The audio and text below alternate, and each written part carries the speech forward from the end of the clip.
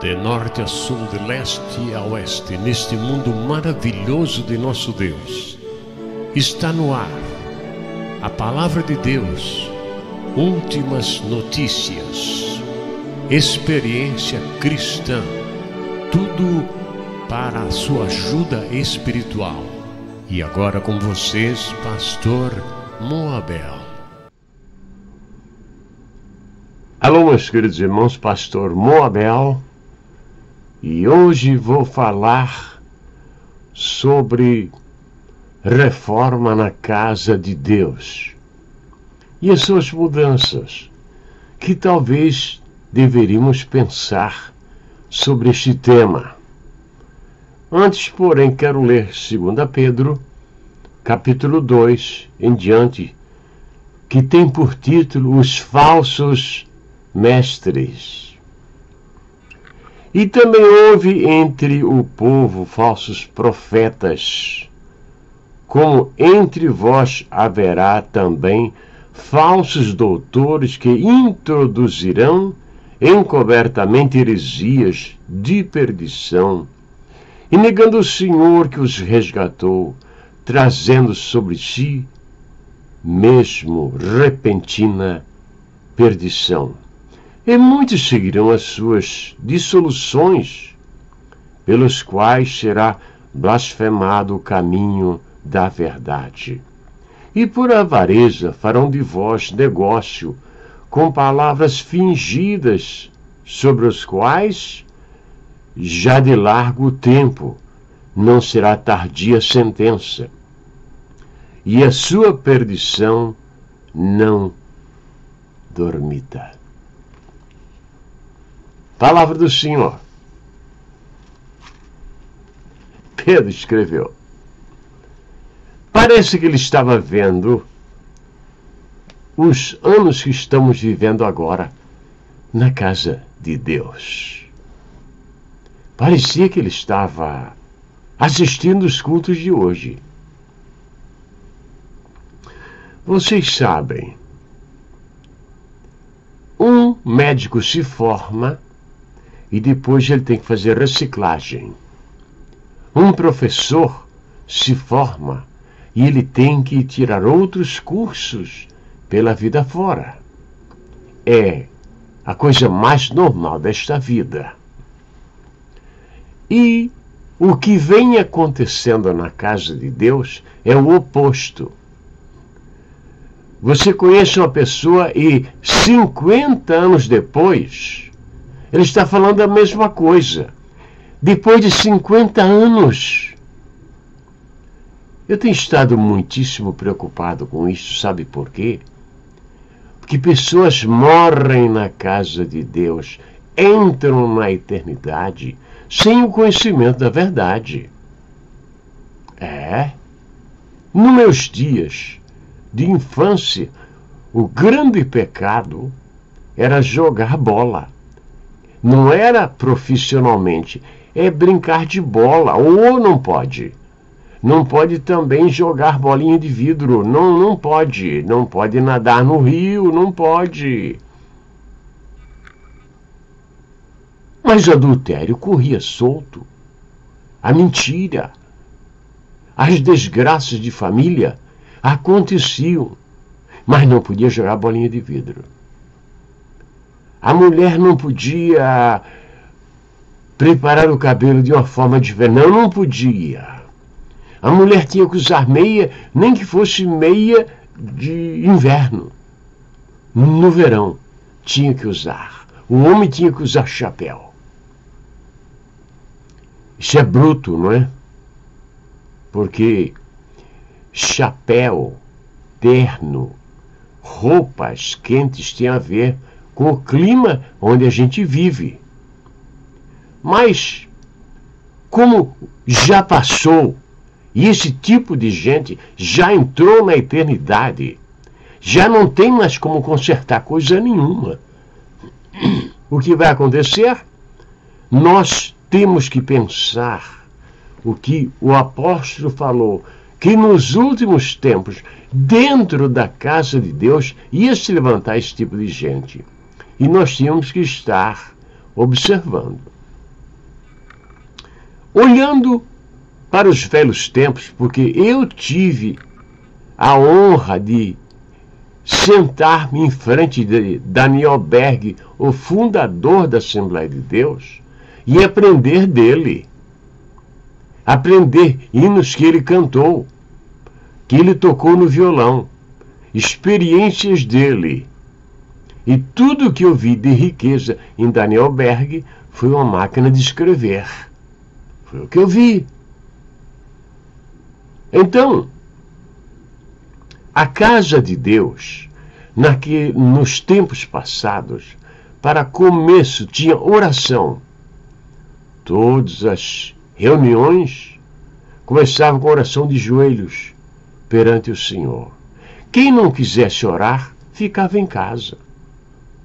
Mas as orações era a coisa principal, era o primeiro ato quando entrávamos dentro da igreja.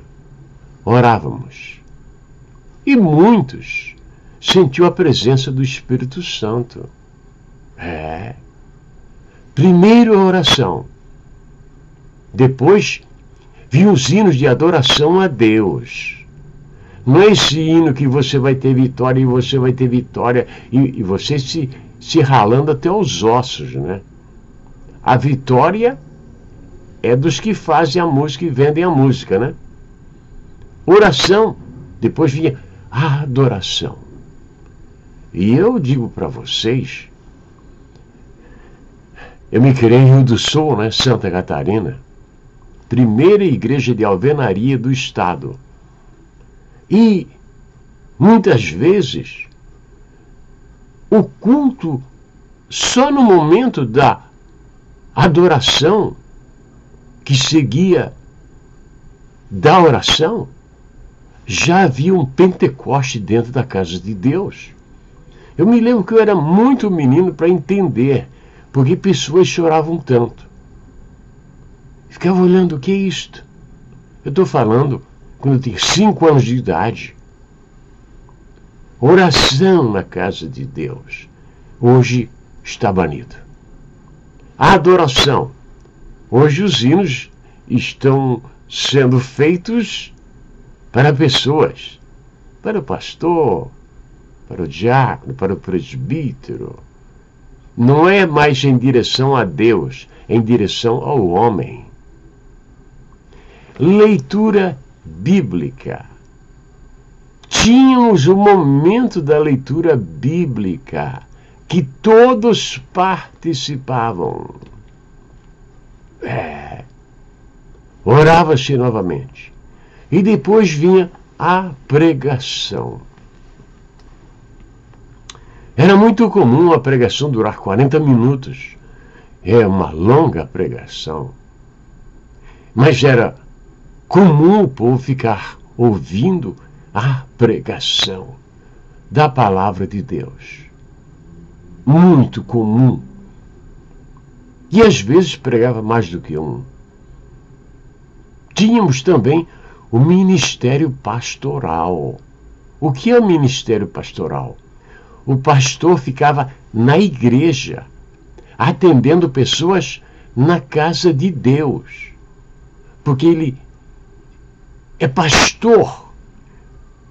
O que está mais ligado ao pastor são as ovelhas. E eles davam atenção à ovelha, que às vezes era uma senhora lavadeira, que tinha um problema com o marido, ou um marido que tinha um problema com o filho que estava envolvido em drogas, ou outros problemas piores. O pastor lá estava, no gabinete, ouvindo a ovelha. Porque não se separa o pastor das suas ovelhas. Pastor, segundo a Bíblia, não anda com pastor, anda com ovelhas. Pastor, segundo a Bíblia, não anda com políticos, anda com ovelhas. Porque é elas que mantêm ele. E o rebanho não é dele. O rebanho é de Deus. Então nós temos oração, adoração a Deus nos seus hinos, leitura bíblica, pregação, ministério pastoral. O pastor sabia que ele não podia viajar porque ele tinha que atender a igreja. Os pastores não viajavam tanto. Estas coisas de viajar para Israel, e isto aconteceu, como se diz, bem mais tarde. Começou nos anos 60. Aí, 65, 66, 67, que começou esse fluxo de viagens para Israel. E no ministério pastoral estava o ensino bíblico, ensino da palavra de Deus. Eu, quando pastoreava no Brasil, eu pegava um livro da Bíblia, pegava do primeiro capítulo e até o último, porque eu sou professor também. Eu não fico pregando um dia sobre o muro de Jerusalém, outro dia sobre os ventos do deserto, outro dia sobre o Rio Jordão, outro dia sobre... Não! O assunto tem que seguir uma rota para a pessoa ter domínio do ensino. Reforma na casa de Deus, mudanças. A oração tem que voltar, a adoração tem que voltar. Leitura bíblica tem que voltar. A pregação tem que voltar. Pregação da palavra. Não essa de me dá um dinheiro aí, me dá um dinheiro aí, me dá um dinheiro aí, que Deus já me falou que você vai ter uma grande vitória se você der o dinheiro, que é tudo mentira. Porque o apóstolo Paulo pregou, Tiago pregou, João pregou, Jesus pregou, e nunca foi seguido desta coisa de pedir dinheiro. Me dá um dinheiro aí. Isso é uma coisa ridícula. Heresias, falsos ensinamentos, ministério pastoral esquecido e ensino da palavra muito mais. E o povo entrando na eternidade. Este que é o grande risco. E aquela dureza, aquele carrancismo, aquelas brigas pelo poder. Esta noite eu estava aqui no estúdio conversando com a minha esposa, me perguntando para onde estamos indo. Na casa de Deus. Se Deus ainda está no comando dentro da sua casa. Porque o Espírito, ele não contenderá com o homem para sempre. Um dia, o homem pecará pela última vez. Agora já temos pastores piadistas, chocarrices no púlpito. Alegrando o povo na carne. Vocês pagarão por isto. Tudo que o homem fizer, ele terá que prestar contas. Então, onde quer que você esteja neste mundo maravilhoso de nosso Deus, se você está envolvido na pregação do Evangelho, faça aquilo que lhe compete. Não deixe o espírito do erro, as heresias, tomarem conta do seu ministério. Pessoas se apresentam, eu sou o bispo tal e tal. Mas você é até um menino. Bispo de quê? Bispo de quê? Outro se intitula doutor. E outro diz que faz isso e faz aquilo.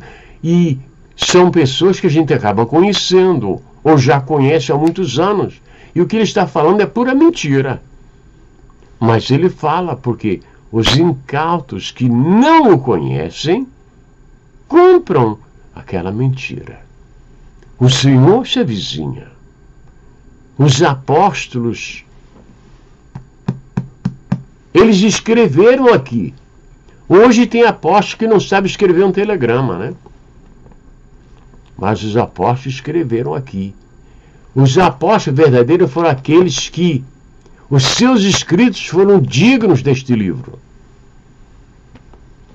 Agora, hoje, tem apóstolo de todo tipo, né? Tem apóstolo que vai no céu e se perde, não sabe como voltar. Uma piada, né? Então, pense nisso você, que está na casa de Deus, que está no púlpito. Prepare suas mensagens na oração, no estudo e na dedicação. Bendito seja o Senhor, que se avizinha para levar a sua igreja para a eternidade, onde estaremos por 7 anos nas bodas do Cordeiro e depois voltaremos para que Jesus Cristo vença o anticristo e que haja o juízo das nações. Bendito seja o Senhor Jesus Cristo. Amém e amém.